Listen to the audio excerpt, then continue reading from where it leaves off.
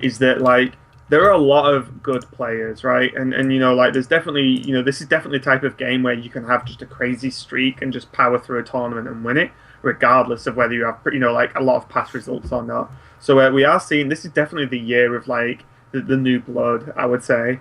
Although Blizzard officially called it Year of the Kraken, but yeah, like you know, and I actually really enjoy it. It's something a lot of viewers don't particularly like too much, not seeing these big names consistently now. But I actually like seeing all these new people and get the new blood in the scene and see what they can do versus the sort of current titans, so to speak.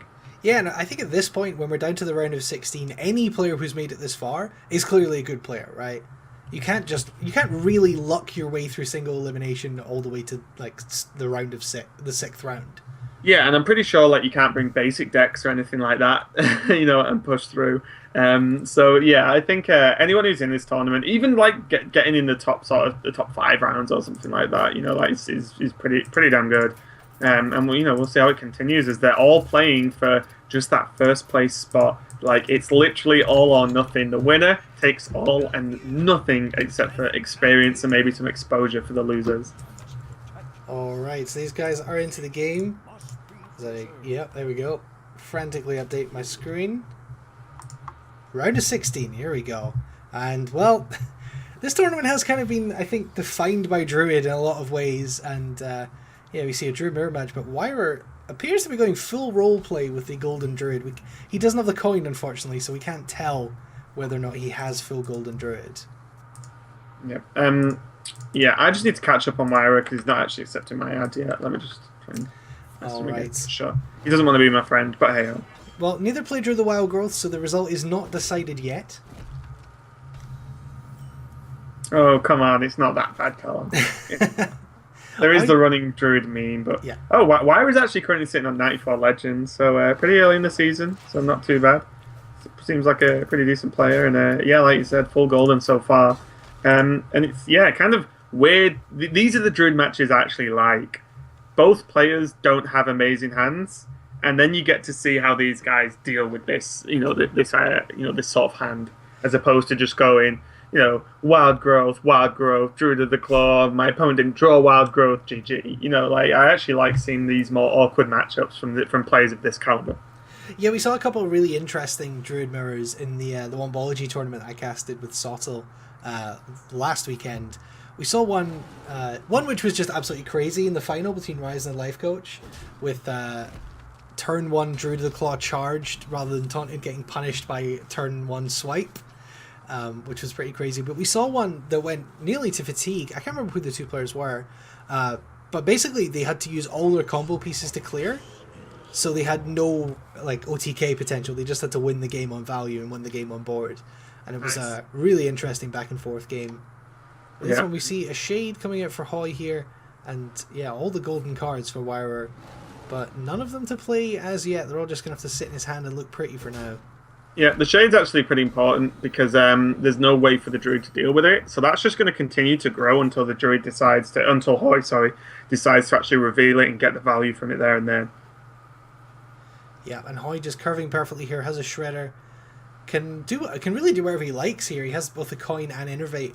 And this is something I'm a big fan of in Druid. Is I feel like Druid does so well when it goes second and picks up an Innervate early, because it gives you so much flexibility. I talked about this yesterday, that now Hoy has the potential for a turn 4, a turn 5, a turn 6, or a turn 7 Ancient of Lore, and it's still on curve if you like. Yeah, I mean, there's also a point of actually he can turn 6 combo. I mean, that too. Which is pretty reasonable. And this is such good play, and this is why Hoy's good, right? So many Druid players would have kept the Shade stealthed, right? Yeah. And the reason he's not kept it stealth is because turn 5 for a Druid, if he wraths the Shade, there's still a Shredder on board. And then what else is he going to do with, the 3 mana? Nothing. And you can see this is even worse. Yeah, the Druid wants to drop minions on turn 5, because a lot of they have a lot of 5 drops, 6 drops, 7 drops. So they want to drop minions, so that's why you get the 3 damage from the Shade. He's pulled out Druid of the Claw in charge. Yeah, it killed the Shade, but now because of that Innovate, he gains the Azure Drake. The Shredders still look pretty damn healthy, pushing for more damage. And honestly, this turn 6 combo, what damage are we looking at? 14, It's not quite lethal, is it? It's 20. Actually, is it? I think it is lethal, right? It's 14 plus 8 is 21 plus another 4 is 25. Is that exact lethal? I hope so, because that'd be hilarious. Am I counting this right? So yeah, so it's 14 with the combo plus 8 from the damage on board, which is 21, and then you add 2 each for each. Yeah, that's exact lethal.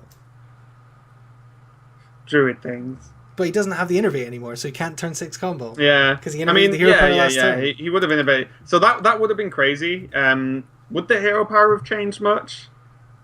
I suppose one of his minions would have been died, right? Yeah, so his Drake would have died. So yeah, okay, it would have been crazy, but this board state wouldn't have appeared like that. So we're getting carried away with the possibility of. I just like being able to do maths correctly while I'm casting because it's quite hard, and I was never good at maths. So anytime I can get the maths right, I'm happy. Yeah, I actually just wouldn't mind maybe Force of Nature here, just to kill off the 5/5 and continue pushing with the 8 damage, because you do still have Savage Roar, and you know, like, so, and you still have the minions that the opponent has to try and to get rid of, but it looks like he's going to give him a a second proc of that Emperor. As my spectator mode is bugged out, and that Sylvanas doesn't exist as far as my spectator is concerned, so I'm just going to quickly rejoin.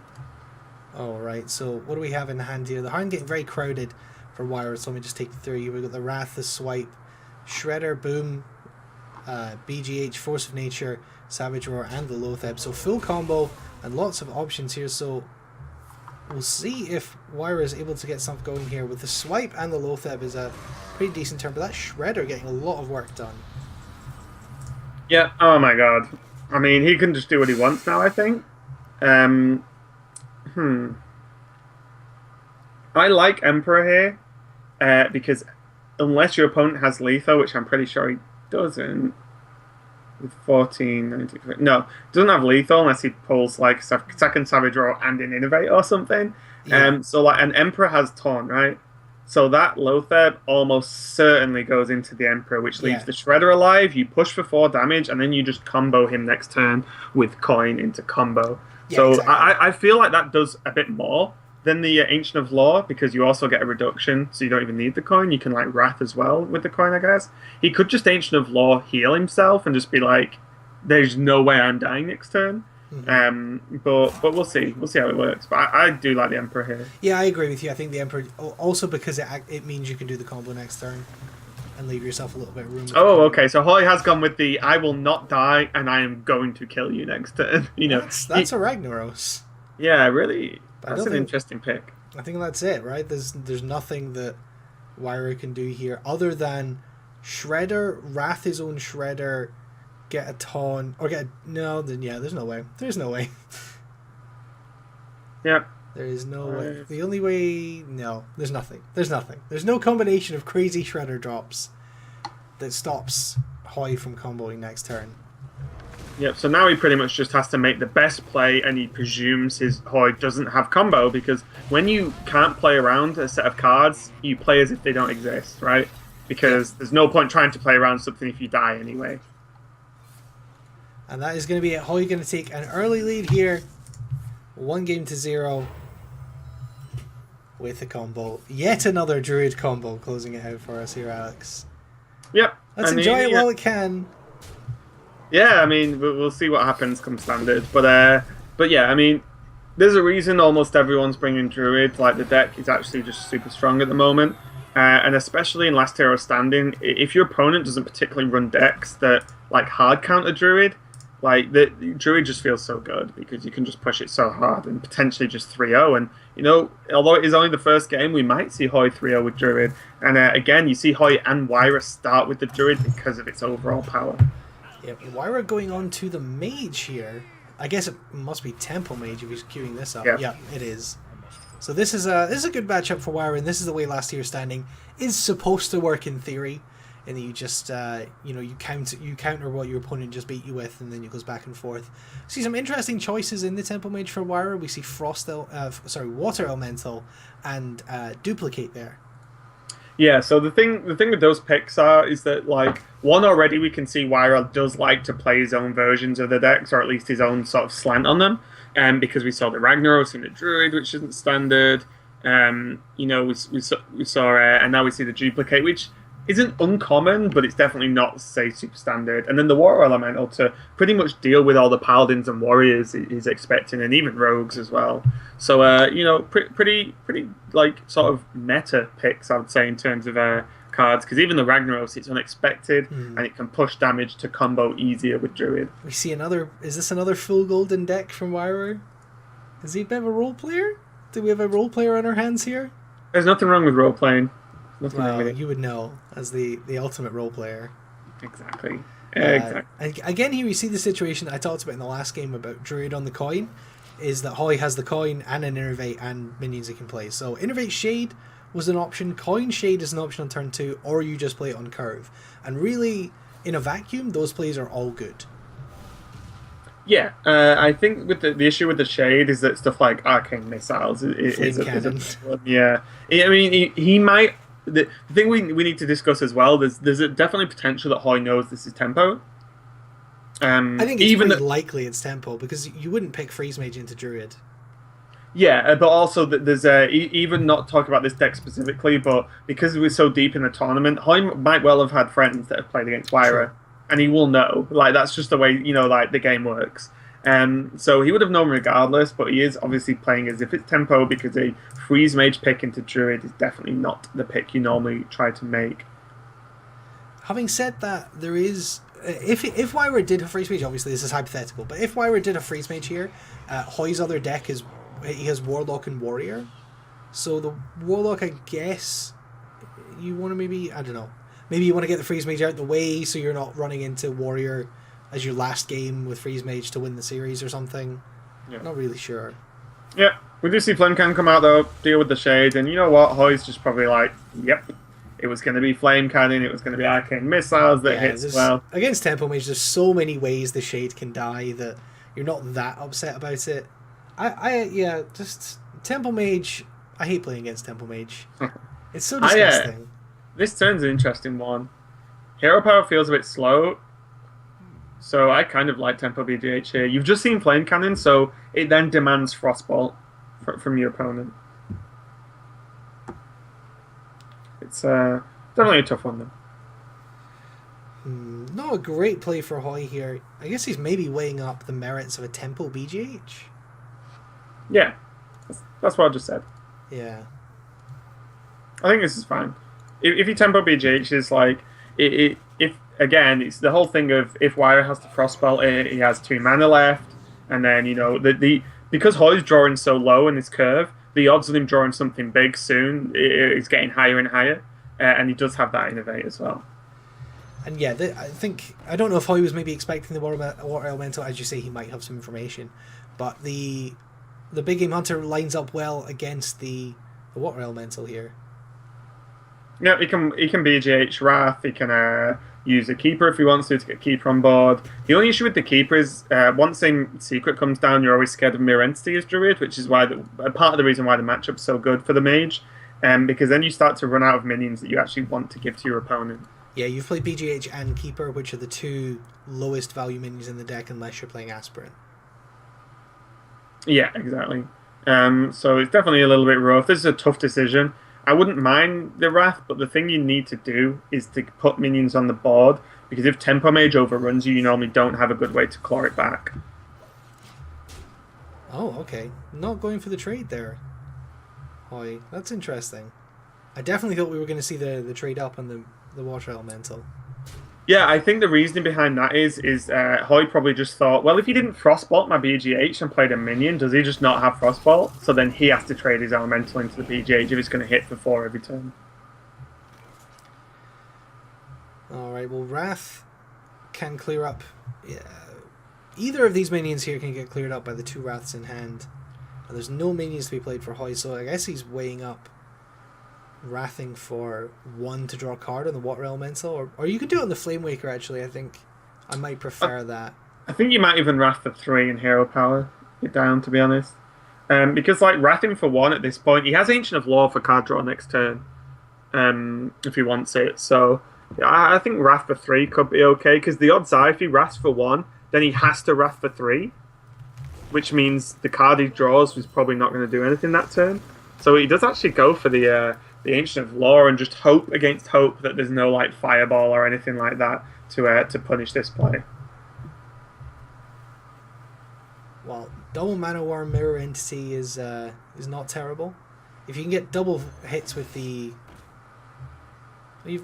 yeah, there's an argument for not playing the second Mana Worm, because then if you only get one missile, you can ping and trade. Yeah. I think again, this is the idea of forcing your opponent to trade, though, because is there a world in which Hoej doesn't trade with this Ancient of Law no matter what happens? Probably not, right? Mm-hmm. So any damage is good. He does actually smoke twice, and he can freeze it with the Water Elemental now, so he does guard his Flame Waker for at least one turn versus the Ancient of Law. Well, that's a swipe, which can help with the Flame Waker. Double Wrath can clear the 2 Mana Worms as well. Yeah, I think he's going to use the Wrath to test for a counterspell, and then potentially go for swipe to actually just guarantee the kill on the Flame Waker. Because then there's only like a 2/2 Mana Worm alive. Yep, exactly as you said. He's going to go for the swipe here. And Hoej in not too bad of a position here, though. Dr. Boom is going to come down and he's going to feel a little bit sad about that tempo BGH earlier on. I don't think so. I think the BGH did its work. Yeah, because you got to think about the position he would be in if he didn't play that BGH. He would be probably a lot further behind at this rate. No, I definitely agree, but it always feels bad when you had a BGH and you played it, and then there's a 7 attack menu and you say, oh, well, if I still had that BGH, that would have been nice, but there's nothing you can do about it at this stage. I'm trying to think what the best play is here. Your hand is really problematic with just this combo here, and you know this is Mirror Entity, so like you could play the Shredder and then Wrath the Mirror Entity Shredder. Yeah, good. I think there's a chance that you might actually play Druid of the Claw Charge. You know what? Like, let me think. He could Druid of the Claw Charge, kill the Dr. Boom, and then just have the 4/4 alive, and then like do Force of Nature next turn. But it looks like he's going for the Shredder. Oh, okay, this is crazy. This leaves so much power on the board. Yeah, 2/2. It's about average on the Shredder drop, but yeah, a lot of power there. There's a Sylvanas as well. So WiRer drawing in some big threats just as he needed them, I think. He can Azure Drake and Arcane Intellect this turn. That's a lot of cycle.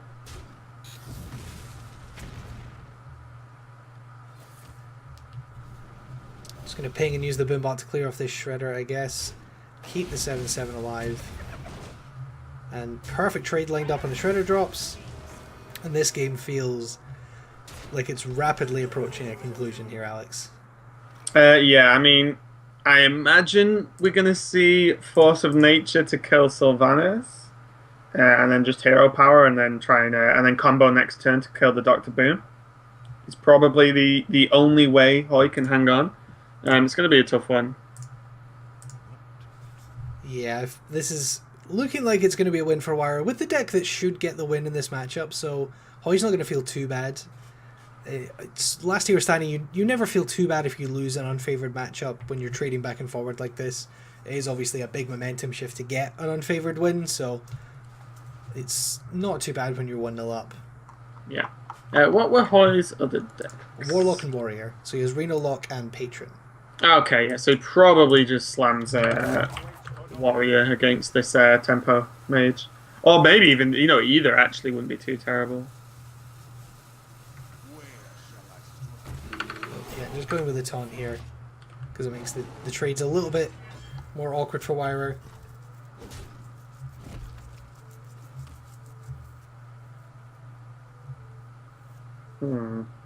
I guess you just Arcane Intellect to try and get Fireball here. I don't think there's any reason not to. Well, that's not lethal, though. No, but it just kills the bear and leaves the board how it is.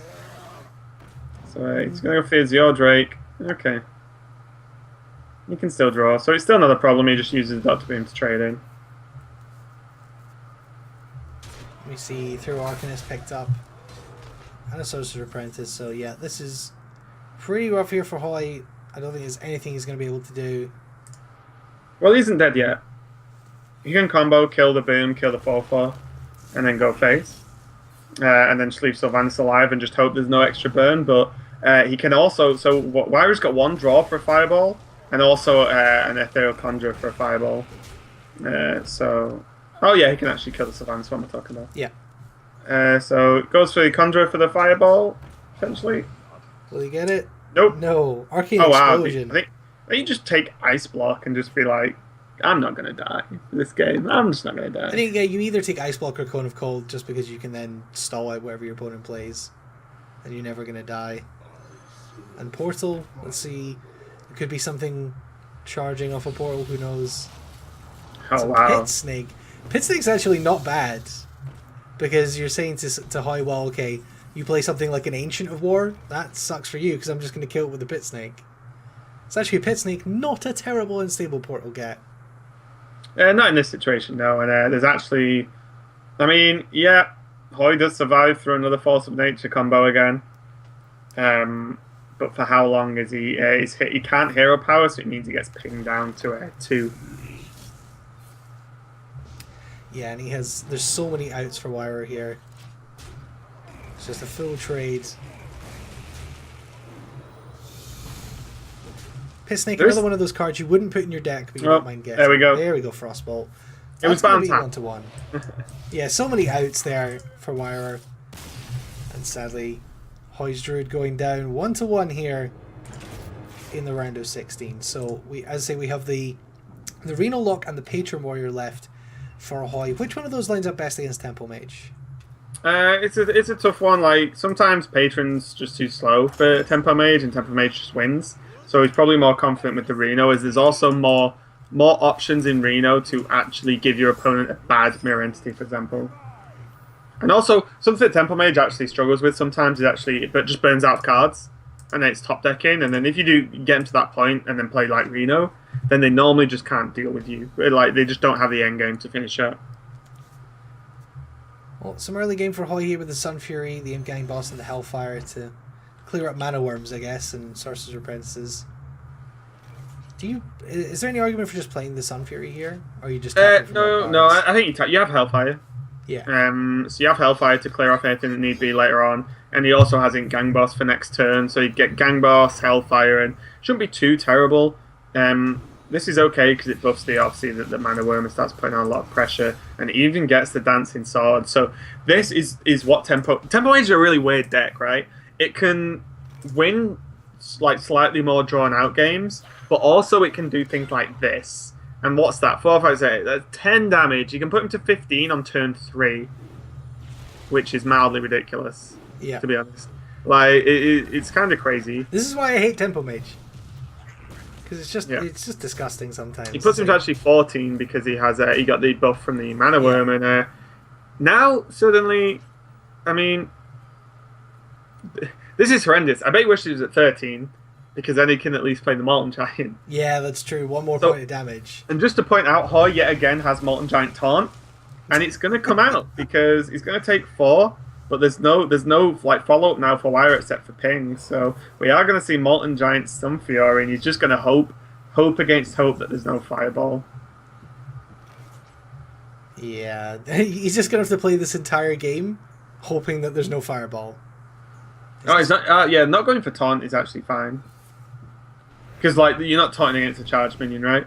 Yeah. You just get one more card draw, which is actually going to be really good. Like, he needs all the cycle he can get because he cannot live tap anymore because he could just die. I imagine we're going to see the Conjure this turn, because again it gives you another stab at a burn spell. Yeah, well you look at the draw as well. You've got the double Conjure and the Azure Drake, so you've got 2 draws per turn to try and hit burn. Yeah, the only problem with that is there is a Molten Giant on board, so if you don't hit it pretty quick, you just die to the Molten. Yeah. So there's 8, 9, 10, 11, 12, 13, 14, 15, 16. There is 17 damage in hand for Hoej at this moment in time. This is ridiculous. But I imagine we're going to see Abusive, or maybe even PO. Probably Abusive, though. Abusive onto an Imp, another Imp into the 4/4, and then Defender of Argus this turn, I think. And just push. Yeah. Because I think you do need to kill the Drake here, because you just don't want him to have any minions. And the spell power could change things with cards like Arcane Missiles as well. So I think you do want to kill it, But you also like just with the Algus, obviously, be definitely a lot more safe versus charged minions. He might even use the 2/2 and keep more minions on the board because of things like arcane missiles. He's actually going to count now. He's counting whether he sets up lethal by doing anything differently. But I think he's pretty confident is if he trades now, he will have lethal with like PL next turn, right? Yeah. Yep. Okay. So this is pretty much. Ooh, this is game for Hoy, right? Well, so he has 9 plus 6, 15. Yeah, with PO. Yeah, that's it. Unless... Yeah, because even if so he can flame cannon and ping, but the problem is flame cannon ping gives him nothing for the follow. You know, he just dies a turn later. That's the issue. This is crazy. He needs to do something, and you know this what? Early Molten Giant draw from Hoy is ridiculous. Yeah. How does he do this every game?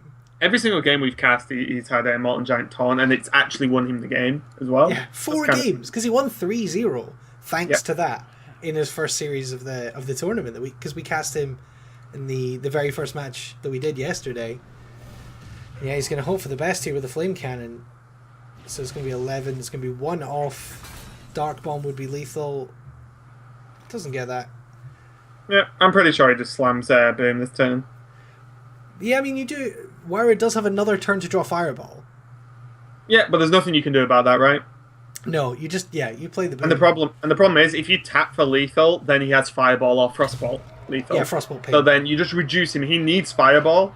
Or like double Frostball or something fine. Yeah. But you just reduce the options and you just play Boom and it's like he is dead next turn. There is nothing the mage can do other than he can't even get Ice Block off Conjure. Alright, let's see what comes off the top.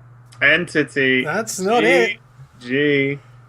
So Hoy gonna be able to pick up the win here.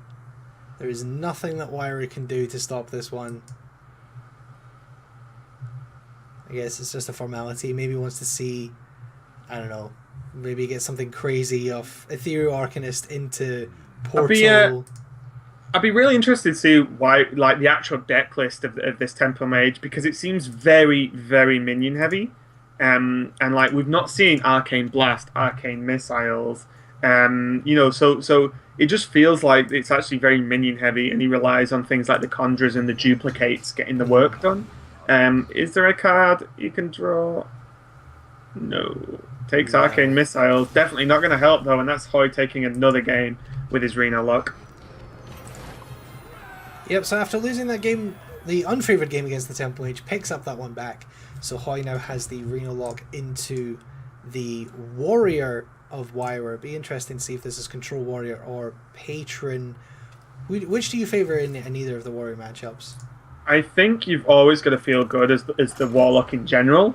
Control, I think, is harder, to be honest, than if it was Patron for the Warlock. Because I believe, like, with Patron, you can just save your AoEs and normally control the game enough.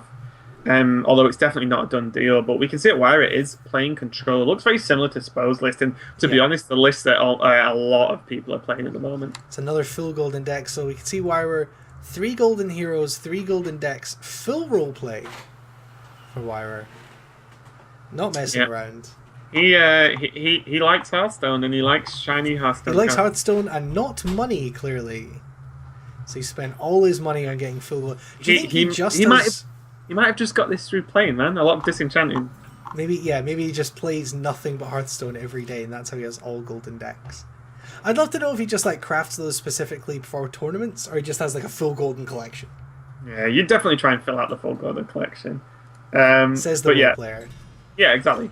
So looking at these hands, it's always weird to try and judge a Control Warrior hand versus a Reno lock because, he's got removal, he's got bash, he's got an axe, but is it going to do that much this early in the game? He can kill the Peddler with the axe, fine, but does the Reno actually care? Probably not. This game is purely about value, which is the same in a lot of Control mirrors. Although, Hoy is playing a sort of burst combo deck, I suppose, but really a lot of it is Control. And it's just about getting, making trades as awkward as possible for your opponent whilst getting the most out of your own cards. Yeah, so the early part of this match here, it's not that relevant, really, to be honest, if they're just going to trade back and forth in a lot of ways.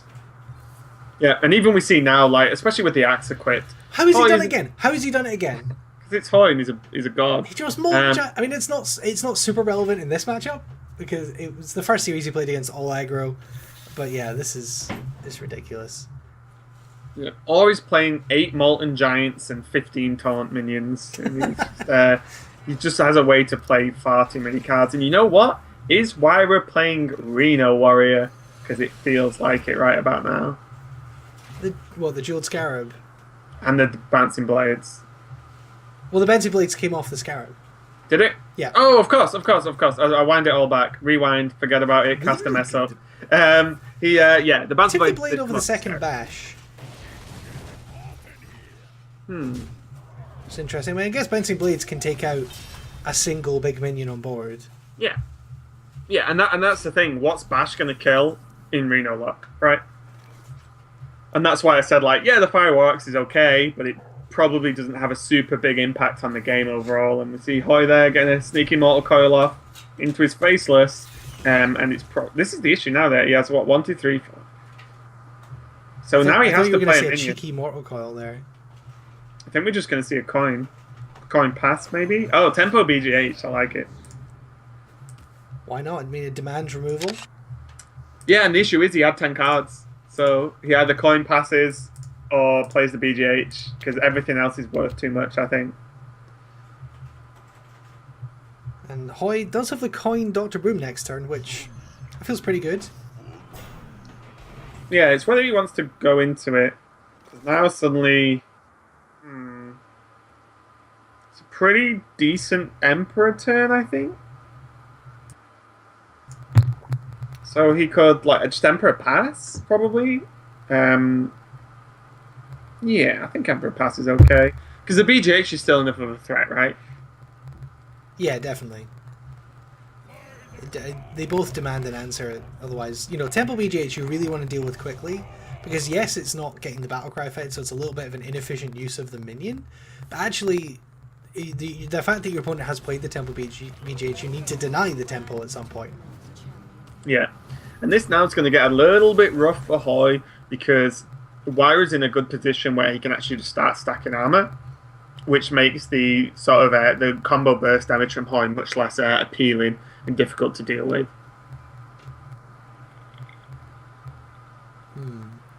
Just trying to think what Hoy's looking to do with this Sylvanas. Yeah, I think it's gonna like this is an awkward Sylvanas like for WiRer to deal with. He like realistically, he either has to like trade the Belcher and the True Heart in. Yeah.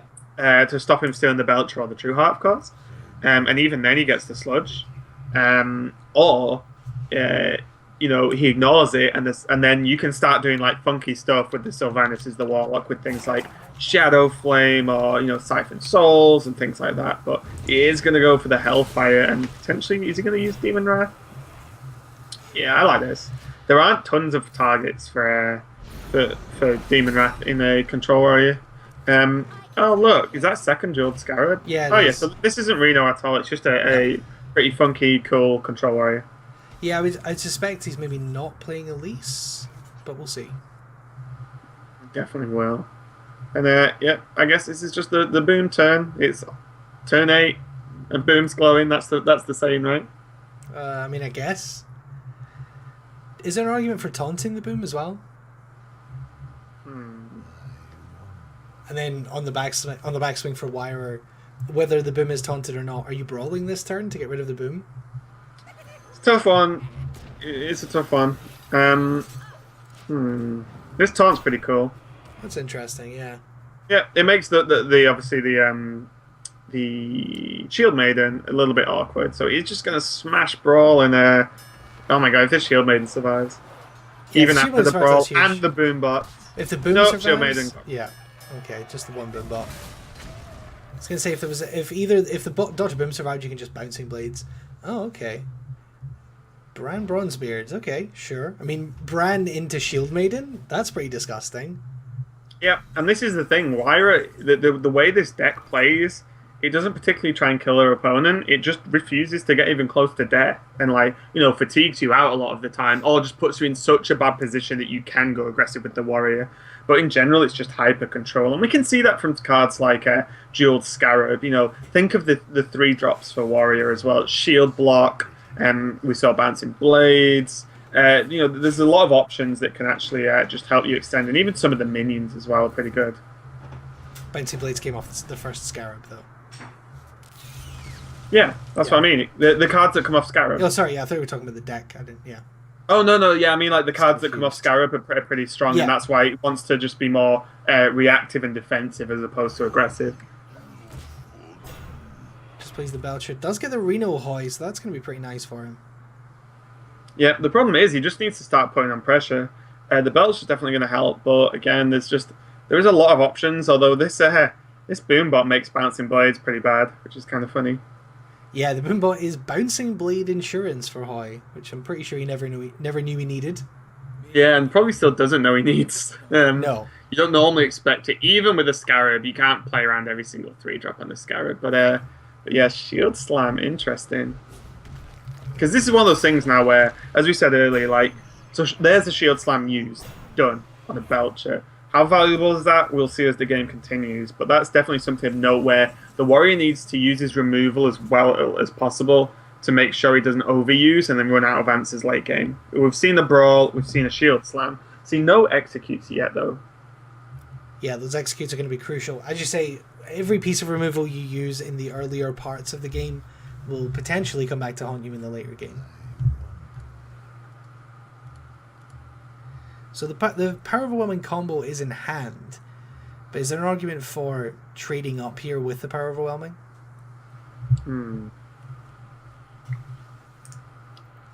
I mean, the thing is, this warrior doesn't normally run that many threats. There's, like, half a valid chance that he could Siphon Soul, but the issue there is he could Siphon Soul coin Sylvanas because he's seen a Shield Slam. It's a little bit risky, but he could clear the board and still have Sylvanas available, so that wouldn't be too terrible whatsoever. Because he needs to put damage on the board, right? That's what he needs to really do. He goes with the tap instead, and there's Alexander definitely going to help. You know, like, that suddenly makes the warrior back to 30 health again. Oh, well, 29 this turn. 28, sorry. Got close. Alright, sorry, I was just setting up our next match. Slightly not paying attention there. Ooh. Playing the Grom. This is so rough because he wants to Alex before. Because I was like, oh, just Faceless Grom. It'll be fine. You love facelessing big things. Yeah, but the thing is, you can Faceless Grom. Oh, is there any other... He could Sylvanas and Shadow Flame. He could Sylvanas PO. He could just Sylvanas Pass. Like, that seems to be okay. Because what I mean is, like, Faceless in Grom's pretty... That's 10 damage for 5 mana, right? Well, for 4 mana because it's reduced, right? Yeah. But he wants the Alexstrasza down first.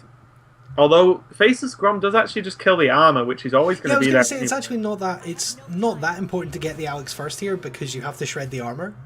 Yeah. So this actually does help you to get the Grom. Yeah, I actually really like this because what this does is, like... So Sylvanas now is worth 10 damage straight away, which is good.